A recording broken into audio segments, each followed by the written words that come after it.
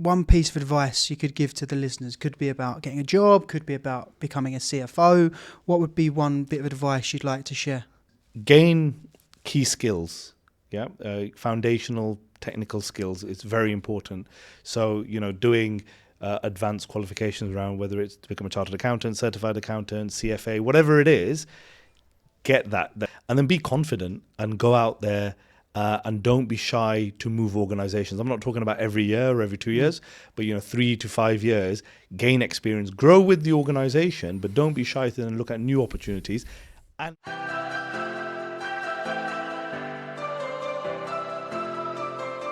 thank you for listening to the podcast thus far. The one favor I would ask, if you're enjoying what you're listening to, is to press the follow and subscribe button on whatever media platform you listen to us, as it helps us grow our network and grow the podcast. So thank you and enjoy the podcast. Welcome back to the Alchemy Podcast. We're on our third season and we promise you that we'll bring in more valuable insights into the financial and tax sector of the UAE. Today, we're joined by Zuned Bharuchi, a seasoned CFO and chartered accountant with over 25 years experience across logistics, industrial manufacturing, oil, energy, biopharma, construction, retail, and the consultancy sectors.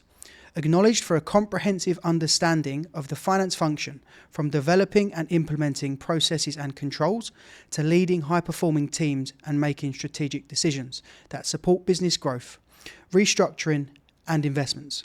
Zuned has diverse experience with clients, geographies, and business types across different industries and cultures, has successfully entered new markets, grown businesses, and thrives on developing high-performing teams. Zuned, welcome to the Alchemy Search Podcast. How are you? very good. Thanks for having me. Been up to much recently? Been busy? As always, right? Got the rat race. Yeah, definitely the rat race. Well, thanks for joining us today. What I'd like to start, just for the listeners, give us a quick overview of your career in the UAE. 10 years plus. Tell us a bit about where you started and where you are now. Yeah, I don't know about veteran. I think there's people out here who've been way longer than I have. I've been out here approaching 15 years now, so time flies. We moved out with one little boy who's now at university, and now we've got 3 kids. So that's how long I've been out here. Yeah, it's been a great journey, to be honest. I've been coming out to the region since 2001. We came on holiday, actually. And what I loved about the region was the opportunity. It was just sand, a lot of cranes at the time and so on. But coming from the UK, where a kind of a saturated market, a lot had been done. As a finance professional, you go through a lot of different sort of processes and controls and regulations and so on. This was green. I looked out and I thought, I want to be out here. Fast forward to 2008, I had a great opportunity to move out with a steel company. And then the global financial crisis happened. And that was it. So we said, no, let's sit back. And then we made the move a few years later. And that was, like I said, 15 years ago. So it's been pretty good. And what about the roles? Like, what specifically have you done in terms of role? Because obviously you're a CFO now, but talk us through that journey from where you were to the CFO. So the CFO journey for me is quite interesting, because when I decided to become an accountant, I always had the top job in sight to become a CFO. So I remember before the days of the internet, or early days of the give away my age, I used to look at the back of the FT and you see the job postings and so on. So I'd love to do that, partly because of the money and the other part of the excitement of the job. So kind of my journey kind of started early in that sense, where I've kind of done most roles out there, everything from audit to FP&A to controllership to M&A sort of activities, and then onto the wider CFO role. So when I came out here, my first job was with an American company who are in oil and gas and pharmaceuticals. That was kind of head of region.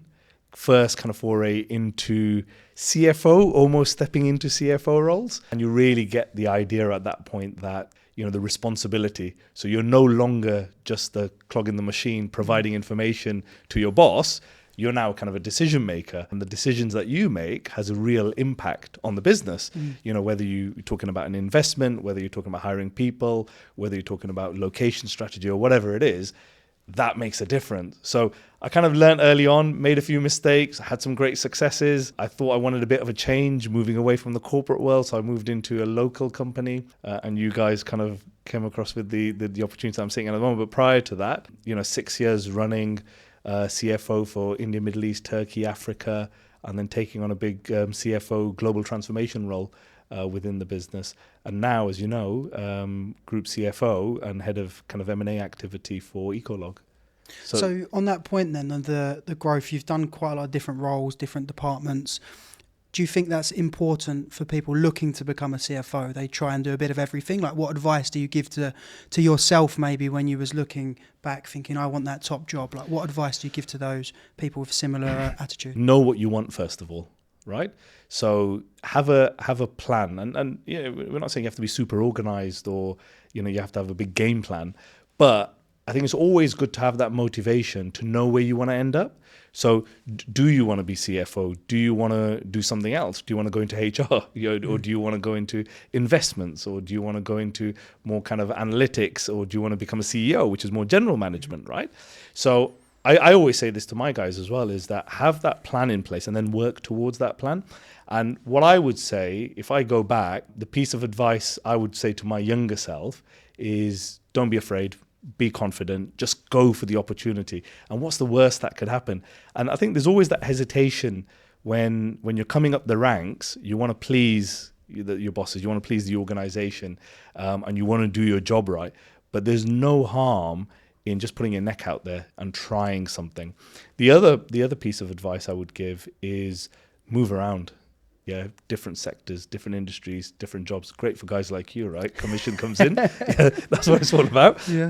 But genuinely, you know, I think the old historic way of a job for life, I think that's changed. That mentality has changed, and now it's more about, you know, do a good stint in an organization, learn the organization, right? Learn. It's not just about numbers and performance and the P&L. It's about culture. It's about people. How you deal with different people, how you deal with the politics of the organization, right? And also different sectors and industries. And I've worked for 6-7 different companies in my time, in 25 years now. And still to this day, I take different learnings from different places, whether it's reporting, whether it's how we do pricing or analytics, or whether it's how we invest. You know, you take all those learnings, how you deal with people, and then you bring that to the table as a CFO. So I'm very different as a CFO today than I was 12 years ago, let's say. And yeah, the main piece of advice is just go for it. Be confident, attack the opportunities, but don't be shy to move. And then the rewards follow as well. How have you found working in a multinational, privately owned business, local group? You've, like you said, moved around. How's that? Those differences comparing each, and obviously be careful because where you're working now, don't say too much. Yeah. But yeah, in general, I mean, advice for people, how are they different? Because I see some people, they're in multinationals and they come to us and say, I'd love to work for a more local business, or I'm in a local business, would like to move into a regional role. What have been the key differences that you've noticed? Good question. I think there's no right or wrong answer, and each type of business has its pros and cons, right? So what a corporation brings, and I've worked for some pretty large organizations, they come with structure, stability, reward structure, good reward structures in some instances. Very large organizations, so sometimes you might find yourself as, again, a clog in a wheel, kind of doing one thing, but as you progress, you know, there's more autonomy, and you can, you know, decisions being big things, you can get involved in a lot of things. So there's a lot of positives with the corporate world. You gain a lot of experience. On the flip side, decision making sometimes is slow. You know, large listed companies specifically like to focus on core business. You know, risk appetite might be low. But as a CFO, you know, in those sorts of companies, you learn real tight governance, control. You know, you're dealing with the board, executive committee, investors in some instances. So great exposure. If you flip it to privately owned companies, sometimes it could be very dynamic, right? So I've worked in companies that very dynamic. Currently Ecolog, I would say, very entrepreneurial, have done phenomenally well in the sector. Make decisions like that, make a decision yes or no very quickly. But at the same time, you know, there's the people aspects which could be a bit slower, you know, because of ways of working, you know, from the past and so on, right? So it goes to and fro. So I you know, like I said, I've worked in different industries, large organizations, small organizations. I like the comfort of the corporate world. You know, it's nice. You know, you're part of a brand. It's a bigger brand. the safety of it and so on. Whereas in a privately owned organization, it's more dynamic, it's fast moving, very, very busy. I know you're trying to get in touch with me every day, and I'm kind of working, and I say, come on, I've got a job to do here, right? So I've got to keep pushing you back. Yeah, you work for me, it sounds like. I think I do, yeah. The amount of feedback I have to give you and responses I've got to come back to you. But that's what He's not recruiting, by the way, guys. Don't worry about that. It's about other things. I'm not recruiting through you. There's another well-known recruiter out there. No. I think look, while you mention recruiters, I'm kind of old school. I like to go to old school recruiters who like to palm press and work with people, and just to kind of segue into the people piece. So, sorry to digress, but as a CFO, one of the most important parts of the role is the people. One group CFO many years ago said, "You're only as good as your people." And that is spot on, because you could be the best, right? You could be a really good CFO. If you don't have a good team, and if you don't recruit the right team under you, then you're on a kind of a path for failure. And that's what I learned very quickly. And where I've succeeded in my role is when I've structured the team in the right place, get the right capabilities, give them the right capacity, and then you move forward. So on that point, is there any things that you could give in terms of advice, maybe how you've structured your teams, or in terms of recruitment for both a candidate who is being interviewed or maybe other CFOs? What have you implemented that worked really well? Look, I think keeping the structure simple is best. In the finance world, it's quite straightforward, right? What we tend to do is, you got to get your foundation right, and your foundation is all about your governance, your control, your processes, making sure you're aligned to regulations and standards and so on. So it's important you have a strong controllership team in place. When it comes to the kind of back office transactional work, you can either go in-house or external. I've found success with going external, shared services, really leveraging that cost and spreading that cost. But I think it's important to have a leadership team that holds strong controllership, strong FP&A analytical. You need to slice and dice your numbers. You need to get good information coming in. And I have high value for a role which I created in my previous company, which is kind of a strategic finance role. So you've got your doers, controllership and FP&A and so on, but the strategic finance role, which I find is a kind of almost a successor to the CFO, your eyes and ears, your right-hand person, that's going to really dynamically help you make decisions strategically. Then, especially when you're operating in emerging markets and regions, you need to have people on the ground. You need to have business partners. That's a critical part of it. So having business partners, solidifying your base, having strong analytics, having a strong number two is key. And then thinking about whether you outsource or you keep some services in-house. And where you have a good structure and you can delegate appropriately, the key part of it then is to be able to make decisions to drive the business forward.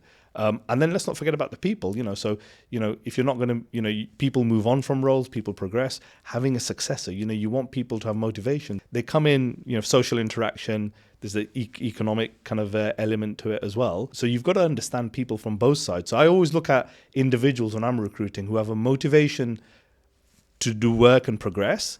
Sometimes a lot of candidates give me sound bites.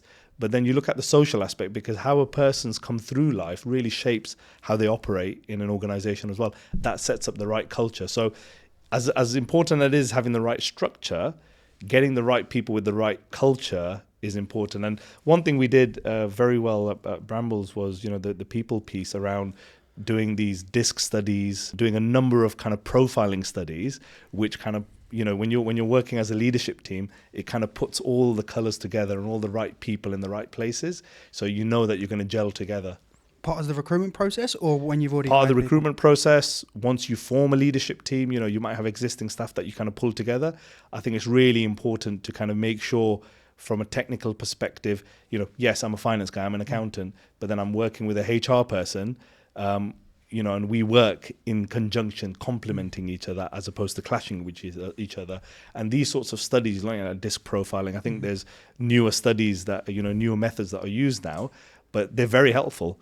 So that, just the recruitment doesn't stop, So, once you pass on a candidate to me and we say, okay, great, it doesn't stop there. You've got to keep developing those staff. So it comes back to my point around having a strong team. You're only as good as your people. Yeah, and then on that point, you've seen the role of a CFO evolve Yeah. quite significantly. Yeah. And how was that? Talk me through that process. What's a modern CFO look like now, in your opinion? Nice suit. Nice watch. Nice hairline. Nice hair. Let's not go into that. No, look, modern CFO. So you got to know, CFOs aren't just bookkeepers. You're not just making sure we operate to government standards and international accounting standards and so on. I think the role of a CFO is really to be the business partner to the CEO. So in my opinion, I think you've really got to be that business person. You've got to be able to drive the business forward. All that foundational stuff I spoke about just has to get done. And a real, in my opinion, a good CFO is one that is really in tune with the business, knows what levers to pull to drive the business, be the eyes and ears for the CEO and the leadership team, and driving that forward around the advancement of where we are in terms of industry and so on, technology. So historically, auditors, accountants operate off Excel spreadsheets and so on. And even to this day, you'll be amazed, how many large organizations work off Excel spreadsheets, which is staggering, right?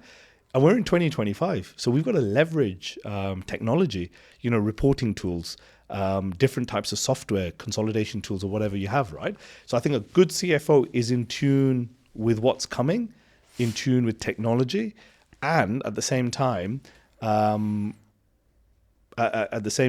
of is aware of that foundational elements as well, and working along with the leadership teams.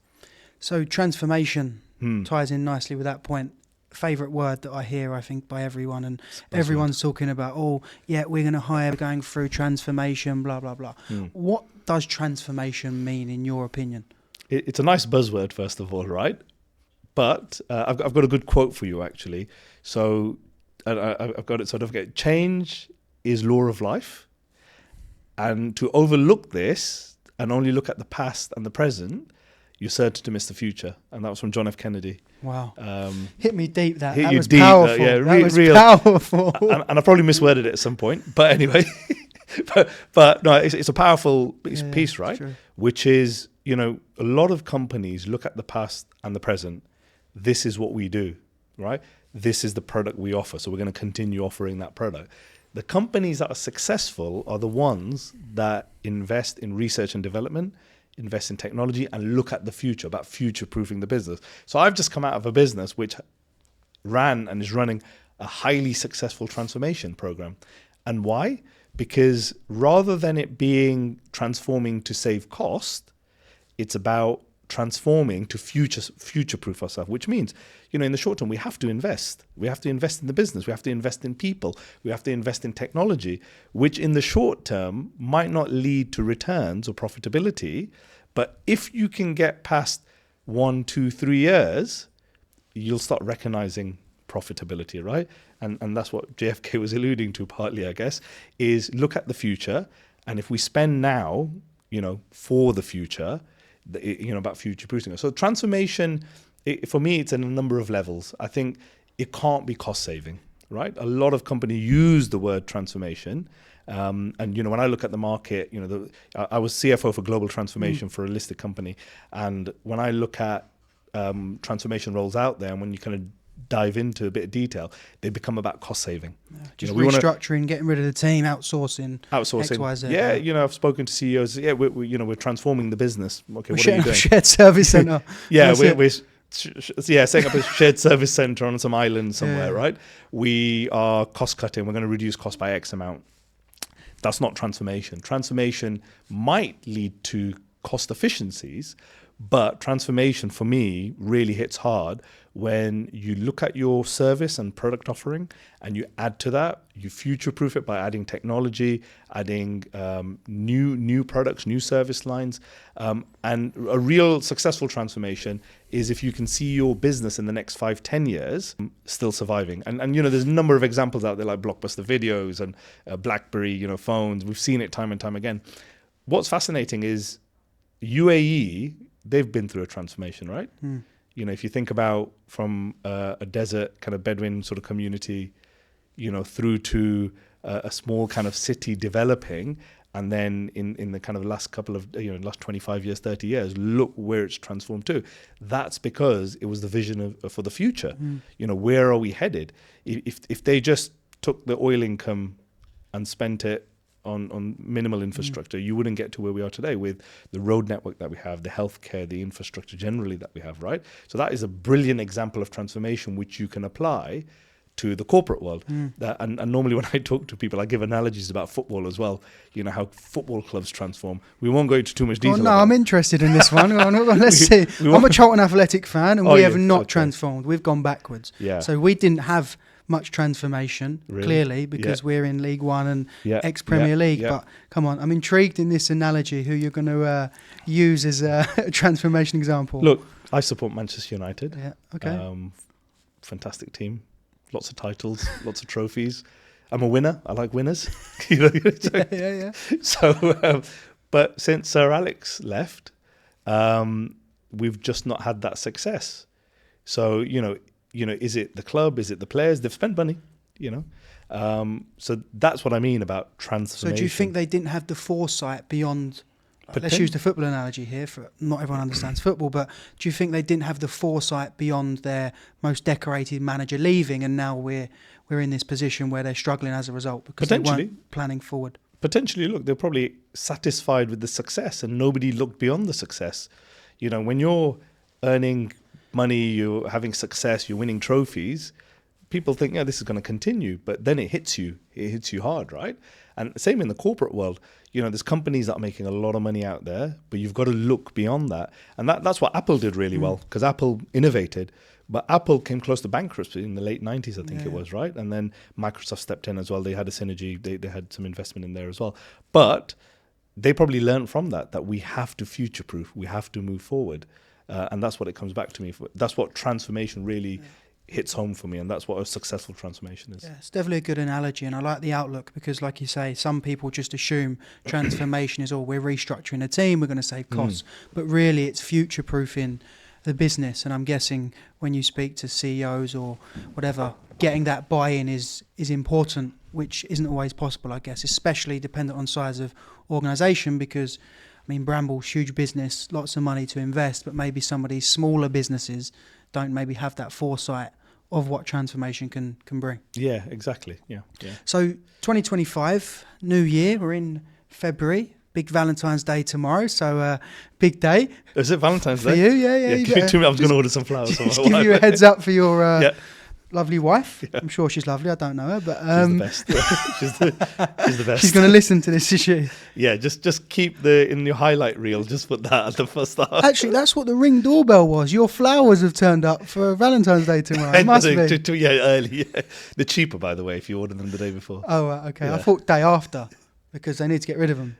Well, but then your missus might be fuming if they're late. Exactly. Yeah, so better early than late. All right, cool. Yeah. I'll take note. We've got a bit of time after this, so I'll get on ordering. Look, I think there's better experts out there who can give you a wider opinion on the UAE. For me, in the sector that we're in, big growth area.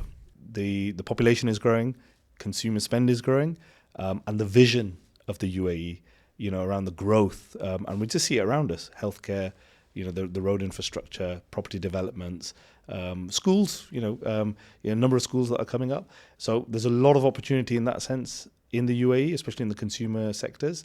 And then we've got Saudi as well, right? So it is a growth area. You get approached a lot, I'm guessing, by people in the UK or people you've worked with before.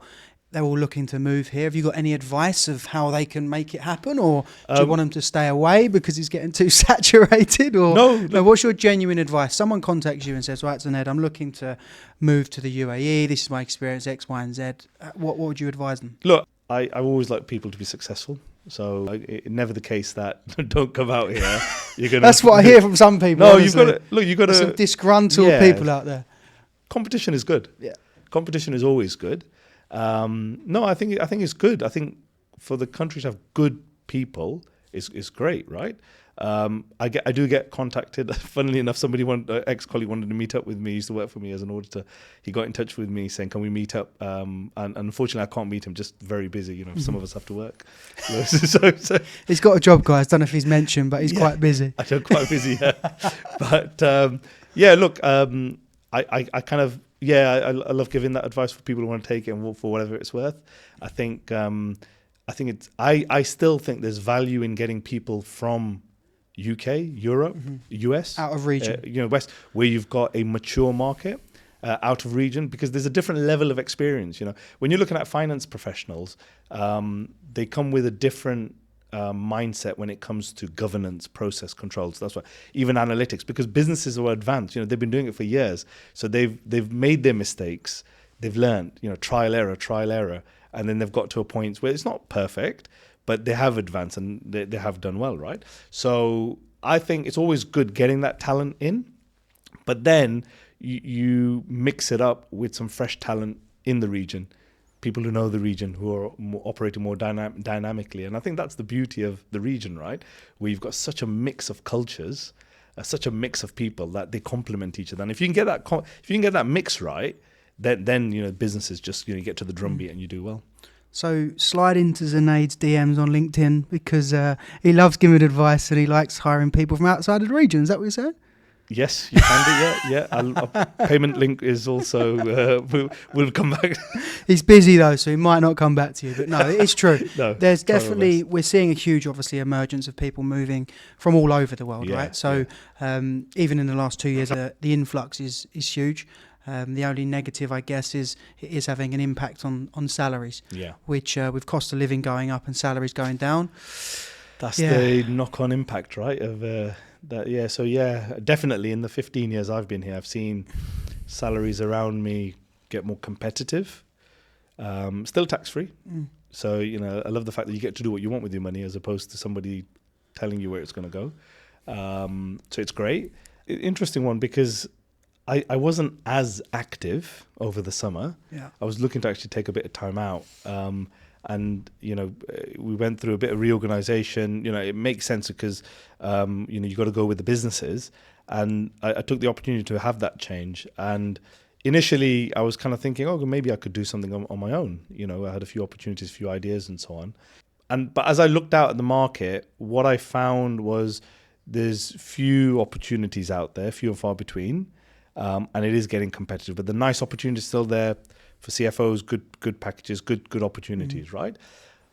Where I would say was the challenge is when you speak to different recruiters, headhunters. What I found is that we're now moving into a space, and you'll know more of this than I do, is it's all driven by LinkedIn and algorithms. That's just my kind of simple opinion. Is there's jobs out there, but recruiters are filtering through algorithms and through profiling and keywords and key specific words and so on, right? Whereas and I'm not saying this because I'm sitting opposite you. Where you were different was it was a mix between old school and new, and what I mean by that is giving the time to people, to candidates, to talk to them and understand who they are, understand their profile, so you can match them and marry them up with the companies that you represent. And that's not just from me, but other people that I know that you've represented. That's the kind of feedback I get. So that's very akin to the companies I used to work with 20 years ago. Like the am I allowed to say Robert Half and Michael Page? And, don't say it too loud. Am I allowed to plug? Great golf days by those guys. I'm looking forward to the one with Alchemy as well soon. Jumeirah Golf Estates. Yeah, nice. I need to speak to you about that offline, actually. But golf soon with Connor. Let's book the tea time now. But you're busy. You keep telling me you're busy, so we'll have to work out your diary. Yeah, my CEO will be watching this, and he knows how busy I am. So. We're filming this at 2:00. No, we're not. It's in the evening for all of the listeners, if they're worrying how the busiest man in Dubai has fitted this in his schedule. Currently midnight, and we're gonna go on for another hour, and then we're gonna wrap up. And then I've got a bit of work to do, some budgeting stuff. With a great team, you can delegate. You can delegate, exactly. Yeah, you need a great team. So look, I think in terms of headhunters, my experience is. The personal approach has to still be there. And as you know, what I tend to do, where I've had a good experience, I go back. So there's not many recruiters I trust or headhunters I trust. And there's probably a couple of firms that I use out here. And I'll probably start using you guys as well now. No. Genuinely, I think Alchemy are brilliant. I think in terms of... this wasn't where I was angling, by the way. No, but I'm just genuinely, if you want an opinion around my experience, I think you guys are a nice mix. not just filtering through. And I'm sure you get thousands of candidates, right? And then there are other firms out there that do that, but few and far between. So yeah, look, it's, I was in a fortunate position that I wasn't active. And I thought, okay, let's see what comes across, and we'll see where we go from there. But the challenge that came along was brilliant, right? And I'm loving it at the moment.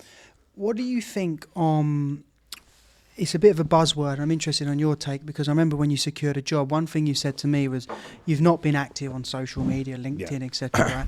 And there's this whole personal branding, right? It's a buzzword and gets thrown around everywhere. Like, what do you think of that as a CFO? Do you need to be doing that? What's your opinion? Because I see it everywhere, but I'm mixed feelings about whether it's essential or it's just marketing PR. Yeah, look, it's an interesting one. I think I was pretty much kind of offline, just focused on work, focused on the company, work. That's what I was doing, right? My wife's really good at the kind of networking piece and building a brand. And she used to always say, you need to build a brand, network a little bit more. And so I said, yeah, right. I'll do what I'm doing, sort of thing, right? But I think the reality, she was right. You need to build a network. You need to build a brand. Doesn't mean you have to be out there all the time, palm pressing and kind of, creating a logo for yourself effectively. But I think it's important to get that awareness. And so whether it's for your next job, whether it's for business opportunities, I think it's very important to do that. In kind of a new hat on at the moment, I'm kind of moving into the space of kind of a strategic role, chief strategy officer for Ecolog, and heading up M&A and so on. And it's super important to build a brand. The company's their brand, and then for me that people know who I am, so I can build that network as well. So I think it is important. But how you define brand is key as well. I think it's about being authentic. Yeah. And I think now what I'm observing, sometimes people I think are just posting for the sake of being heard and it's not authentic. Yeah. And I agree, it's about finding that balance. But the challenge is if you're busy, CFO, lots of responsibility, family life, whatever, it can be quite difficult to marry up everything at the same time. Yeah, we all get into that space, right? You work, you go home, trying to find that work-life balance, and then social media, all that is just another added task, effectively, if you are in that space. So just to wrap up then, one piece of advice you could give to the listeners could be about getting a job, could be about becoming a CFO. What would be one bit of advice you'd like to share? And I would say is gain key skills, foundational technical skills. It's very important. So, doing advanced qualifications around whether it's to become a chartered accountant, certified accountant, CFA, whatever it is, get that because that adds a set of technical skills. Like they say, another skill to another tool in your belt. So I think that's important to get that skills, and then be confident and go out there. And don't be shy to move organizations. I'm not talking about every year or every 2 years, but 3 to 5 years, gain experience, grow with the organization, but don't be shy to then look at new opportunities and international opportunities. So Dubai is a great place. I moved out when I was older, in my 30s, but I say this to my son as well, that go and work in America, go in New York, wherever, right? Asia. Get that wider experience and then settle down somewhere. So I would definitely say don't be shy of traveling the globe to gain experience. Be confident. Don't be shy to move organizations, learn, and move forward. And I think that kind of sets up for success. And the last piece of advice I would give is have a game plan, right? Where do you want to be in the next 5-10 years? I think the younger generation, a lot of the younger generation kind of say, let's see how it goes. We'll see where we get to. But I think it's always good to have a game plan, is to say, right, in 10 years, I want to be CFO, or I don't want to be CFO. I want to do my own thing, in which case you become an expert in the industry that you're in and then you branch out or so on. But I think it's always good to have a game plan. Wise words. Some good takeaways there for the listeners. Thank you. Well, thank you for your time. It's been really useful. Give them great insight, especially me, speaking to people like you, learning about the day-to-day of a CFO, how you think, especially that transformation piece. That's a good takeaway for me. When someone mentions transformation, I'm now going to look at it in a different light and just not assume that transformation means restructuring or cost savings, etc. So few lighter questions to Yeah. quick fire. I know Go you for it. like talking, so I'm not sure Not how really. quick fire they're going to Not really. be. Yeah. So, what would you be? What would your dream job be if you were not a CFO? Could be Wow. anything. Doesn't have to be realistic. Wow, Yeah. that's a tough one. What would I be? I love football. Wouldn't mind playing football professionally. Back For the in the cash day, or for the lifestyle or both, or for the I'm football, the love of the game. I'm a simple guy. Love of the game. love of the game. So you'd be a footballer. Yeah, it'd be nice, So, right? no, It's I'd just- go F1 driver. Okay. Yeah, F1 driver. Interesting. Travel the globe, earn loads of money, drive fast Oh, cars. that's interesting. Pretty good lifestyle, Yeah, high risk, high reward. high reward. Yeah, high risk. Yeah, I just watched that series Senna. So Oh yeah. That's high. Yeah, but now it's so much. you're safer still now. young enough to change professions. Yeah, I'm not. Yeah, I've got a bit of a baby face, but the hairline's saying otherwise. Airline So I'll give you a recommendation for that. yeah, later. we'll talk about that yeah. offline. I'll get offline. Yeah, give you a recommendation for that. If you could fly anywhere tomorrow, where would you go and why? Anywhere. Anywhere. One of my favorite places in the world is two places. I'm going to go off piste. I love New York and LA. Just love the vibe there. Go get out there, get on a plane, go. Very different vibe. Very Between different the vibe. both, but yeah. yeah, so you can do a stopover and then Yeah. go across, or beach destination Mauritius. Really? Yeah. Not get bored just sat at the beach? It's nice reading a nice book and enjoy it. Yeah. Fair. Away from finance, I Yeah. know you love the game of finance. What do you do outside of work? Hobbies, interests? I'll put it simply: family, golf, football, food, and watches. Yeah. In that order. What's the favourite watch brand? What's favourite watch brand? Oh, now you're asking. Patek Philippe. Yeah.